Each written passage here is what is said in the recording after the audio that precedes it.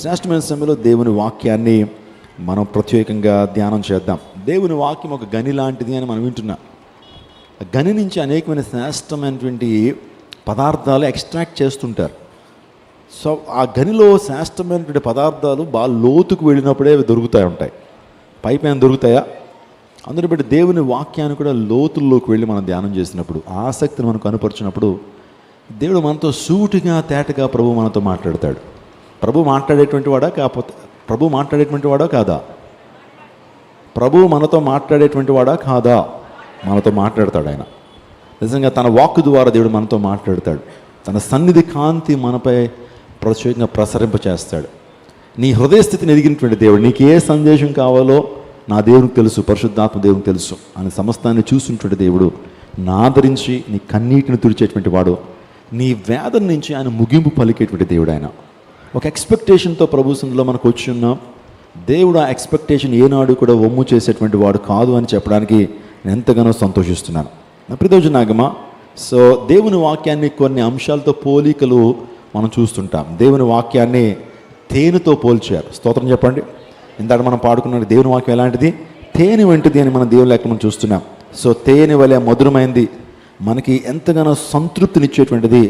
పాపాత్ములైన మనుషులకి దేవుని యొక్క రక్షణ ఇచ్చేటువంటి మాధుర్య వాక్యఫలము ద్వారా మనం దీవించబడేటువంటి అవకాశాలు ఎక్కువ ఉన్నాయి. దేవుని వాక్యం తేనెతో పోల్చబడింది.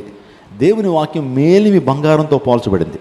ఈ యొక్క రెఫరెన్స్ అన్నీ కూడా సో నేను తీయించగలను, కానీ ఇంట్రడక్షన్గా చెప్తున్నాను. దేవుని వాక్యం మేలిమి బంగారంతో పోల్చబడింది. దేవుని వాక్యం దీపం వలె పోల్చబడింది. దీపం ఏ విధంగా వెలిగిస్తుందో అలాగే దేవుని వాక్యం కూడా మనకు ఏమిస్తుంది?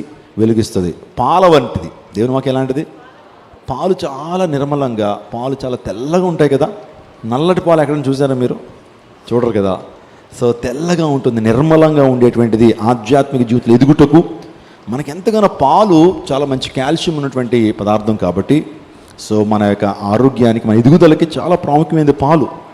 అందులో బట్టి దేవుని వాక్యం కూడా మనల్ని ఆధ్యాత్మికంగా ఎదిగించేటువంటిది. ఆ తర్వాత దేవుని వాక్యం అగ్ని వంటిది, దేవుని వాక్యం సుత్తి వంటిది, దేవుని వాక్యం విత్తనం వంటిది.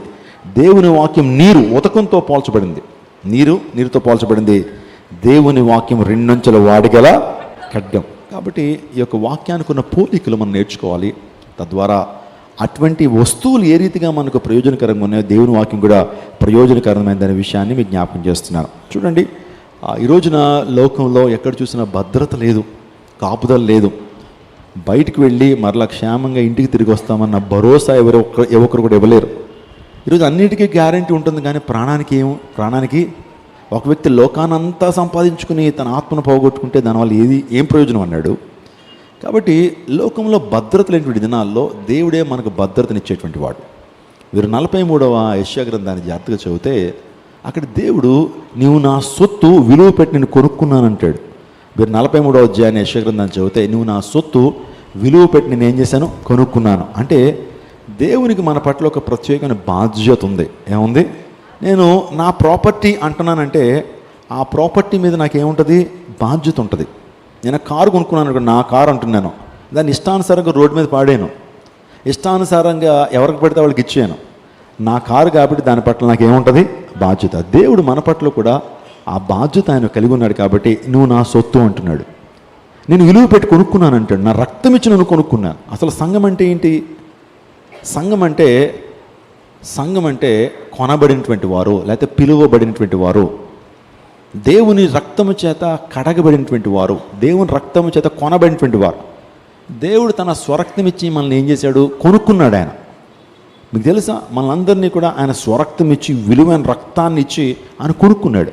అందుని బట్టి మనం విలువైనటువంటి వారము, మీరు నా సొత్తు అని అంటున్నాడు ఆయన. అంటే ఆయన బాధ్యత కలిగి ఉన్నాడు. అది యెషయా గ్రంథం 2-3 వచనాల్లో, 43వ అధ్యాయం 2-3 వచనాలు చదివితే, నువ్వు నదుల గుండా వెళుతున్నప్పటికీ కూడా ఆ నదీ ప్రవాహములు నీ మీద పొంగి పారవు, నువ్వు అగ్ని మధ్య నడుస్తున్నప్పటికీ కూడా అగ్ని చేత నువ్వు కాల్చబడవు అంటాడు. నువ్వు జలముల్లో బడి వెళ్తున్నప్పుడు అవి నేను నీకు తోడే ఉందును, నదులు బడి వెళ్ళినప్పుడు అవి నీ మీద పొర్లి పారవు, నువ్వు అగ్ని మధ్య నడుచున్నప్పుడు నువ్వు కాలిపోవు, జ్వాలలు నిన్ను కాల్చజాలవు. అంటే దేవాదేవుడు నిన్ను భద్రపరిచేటువంటి వాడు. స్తోత్రం చెప్పండి.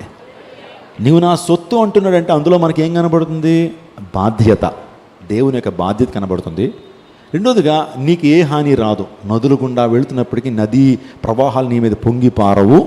అగ్ని మధ్య నువ్వు నడుస్తున్నప్పటికీ కూడా అగ్ని జ్వాలను కాల్చజాలవు. అంటే దేవుడికి నీ భద్రత ఏముంది? భద్రత ఏంటది?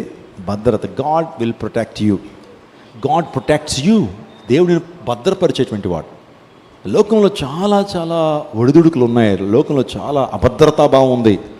బిడ్డలకి ఈరోజు భద్రత లేదు, ఆడపిల్లలకు భద్రత లేదు, మగబిడ్డలకు భద్రత లేదు. సాతానుడు ఎవరిని బింగుదునా అని గర్జించి సింహలే తిరుగుతున్నటువంటి ఈ రోజుల్లో మనం భద్రపరచబడాలి అంటే దేవుని యొక్క రెక్కల క్రింద మనం రావాలి. మీరందరూ కూడా దేవుని రెక్కల క్రిందకు వచ్చారు. స్తోత్రం చెప్పండి. అంటే మీరు సన్నిధికి వచ్చారంటే దాని అర్థం ఏంటి తెలుసా? దేవుని రెక్కల క్రిందకు వచ్చారు. కోడి తన బిడ్డల్ని తన రెక్కల క్రింద ఏం చేస్తుంది? కప్పుతుంది. మనకు తెలుసు. గ్రద్ద ఎప్పుడైతే కోడి పిల్లని ఎత్తుపోవడానికి వచ్చినప్పుడు ఆ కోడి ఒక సిగ్నల్, ఒక పిలిపిస్తుంది. పిలిపించినప్పుడు ఆ యొక్క కోడి పిల్లన్నీ కూడా కోడి పెట్ట యొక్క రెక్కల కిందకు వచ్చేస్తాయి. పాపం ఎంతో దూరం నుంచి వస్తున్నటువంటి ఆ గ్రద్ద చాలా నిరుత్సాహపడి వెళ్ళిపోద్ది. ఎందుకంటే ఆ కోడి రెక్కల కింద కోడి పిల్లకి ఏముంది? భద్రత. ఇంకా గ్రద్ద ఏమైనా చేయగలదా? సో ఎలాగే ఈడ్చుకుంటూ వచ్చిందో అలాగే ఈడ్చుకుంటూ వెళ్ళిపోతుంది అది.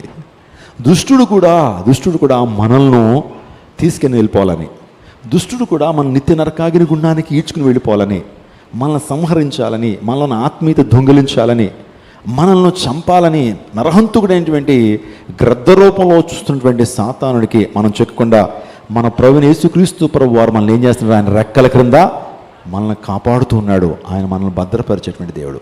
ఆ తర్వాత 4వ వచనంలో నేను నిన్ను ప్రేమించున్నాను, శాశ్వతమైన ప్రేమతో నేను ప్రేమించున్నాను అని ప్రేమిస్తున్నాను అని అంటున్నాడంటే దేవుడు ఒక గొప్ప భరోసాని ఇస్తున్నాడు. ఒక భర్త తన భార్య దగ్గరికి వచ్చి ఐ లవ్ యూ అంటున్నాడంటే దాని అర్థం ఏంటి తెలుసా? నీకు ఒక ఎష్యూరెన్స్ ఇస్తున్నాను. నిన్ను ప్రొటెక్ట్ చేసేవాడిని నేను, నేను చూసుకునేటువంటి వాడిని నేను, కడ ఊపిరి వరకు నా జీవితంలో నీ పక్షాన్ని నేను ఉంటాను అని భరోసా ఇవ్వటం. ప్రతి భర్త కూడా భార్యకు ఆ భరోసా ఇవ్వాలి. ప్రతి భార్య కూడా భర్తకు ఆ భరోసా ఇవ్వాలి. దేవుడు కూడా ఈ రోజున నేను ప్రేమిస్తున్నాను అని అంటే దేవుడు మనకు భరోసా ఇస్తున్నాడు, ఎష్యూరెన్స్ ఇస్తున్నాడు. ఈ లోకంలో ఎవరు ఎష్యూరెన్స్ని మనం నమ్మలేం. ఈరోజు ఒకలా ఉంటారు, రేపు మరొకలా ఉంటారు. ఆపదల్లో మీ వెన్నంటా ఉంటారు, మరి వాళ్ళే మరణిస్తే ఆపదల్లో మీ వెంటుండి మీకు సపోర్ట్ చేస్తామని అంటారు. కానీ మనుషుల యొక్క సహాయము వ్యర్థం, మనుషుల యొక్క సపోర్ట్ తాత్కాలికమైందే. మనుషుల మీద ఆధారం చేసుకోవద్దు, మనుషుల మీద ఆధారపడద్దు. కంప్లీట్గా ప్రభు మీద ఆధారపడండి. ప్రభు శాశ్వతమైనటువంటి ప్రేమతో ప్రేమించేటువంటి వాడు. ప్రభు నిత్యుడు, ఆయన మృత్యుంజయుడు. కాబట్టి మాటిచ్చి మాటను తప్పేటువంటి దేవుడు కాదు మన దేవుడు. మాట ఇచ్చి మాట నెరవేర్చినటువంటి దేవుడు కాదు. ఆయన వాగ్దానం చేసి వాగ్దానాన్ని మీరేటువంటి వాడు కాదు. Is not a promise maker but is also a promise keeper. కాబట్టి దేవుడు ఇస్తున్నటువంటి గొప్ప భరోసా మన జీవితాల్లో గొప్ప ఆశీర్వాదాన్ని, దీవెన్ని కలుగు చేస్తే. చెప్పండి, 3 విషయాలు చెప్పాను. యెషయా 43వ అధ్యాయంలో దేవుడు మీకు అందరికీ ఏమి ఇస్తున్నాడు? ఒక భద్రత నేను ఇస్తాను అని దేవుడు వాగ్దానం చేస్తున్నాడు. ఆయన మనల్ని భద్రపరిచేటువంటి వాడు. రెండోదిగా బాధ్యత, ఆయన బాధ్యత కలిగి ఉన్నాడు. ఒకవేళ నీ తండ్రి లేకపోతే నీ తోబుట్టులు నీ పట్ల బాధ్యత కలిగి లేరేమో, కానీ దేవుడు నీ పట్ల బాధ్యత కలిగి ఉన్నాడు. ఆయన అంత మాత్రమే కాదు, దేవుడిని ఒక భరోసాని ఇస్తున్నాడు. ఇది దేవుని ప్రేమ అండి. మన జీవితాల్లో దేవుని యొక్క ప్రేమ చాలా గొప్పది. మన జీవితాల్లో దేవుడు మనల్ని ఆదరించేటువంటి వాడు, స్థిరపరిచేటువంటి వాడు అనే విషయాన్ని మీకు నేను జ్ఞాపకం చేస్తున్నాను. ఇది ఒక ప్రత్యేకమైన సమయంలో దేవుని కొరకు మనం ఎప్పుడైతే మనం జీవిస్తూ ఉంటామో, దేవునికి మహిమార్థకరంగా మనం ఎప్పుడైతే జీవిస్తుంటామో, దేవుడు మన జీవితాల్లో ఆయన గొప్ప కార్యాలు ఆయన మన జీవితాలు జరిగించి మనల్ని ఉన్నతమైన స్థానానికి ఆయన నడిపించేటువంటి దేవుడు. నువ్వు మహావృద్ధి నొందెదవు. ఈ రోజున దేవుడు వాగ్దానాలు ఎంత మనకి ఆ బూస్టింగ్ ఇస్తున్నాయి. నువ్వు మహావృద్ధి నొందెదవు. మీరు యోబు గ్రంథం 8వ అధ్యాయం 7వ వచనం చదివితే అక్కడ ఆ మాట మనం చూస్తుంటాం. నువ్వు మహావృద్ధి నొందెదవు. యోబు ద్వారా దేవుడు మనతో మాట్లాడుతున్నాడు. అప్పుడు నీ స్థితి మొదట కొద్దిగాను ఉండినను, అప్పుడు నీ స్థితి మొదట కొంచెముగా ఉండినను, తుదను నీవు మహాభివృద్ధి పొందుదువు. తుదకు నువ్వు మహావృద్ధి పొందుదువు. స్తోత్రం చెప్పండి. హల్లెలూయా.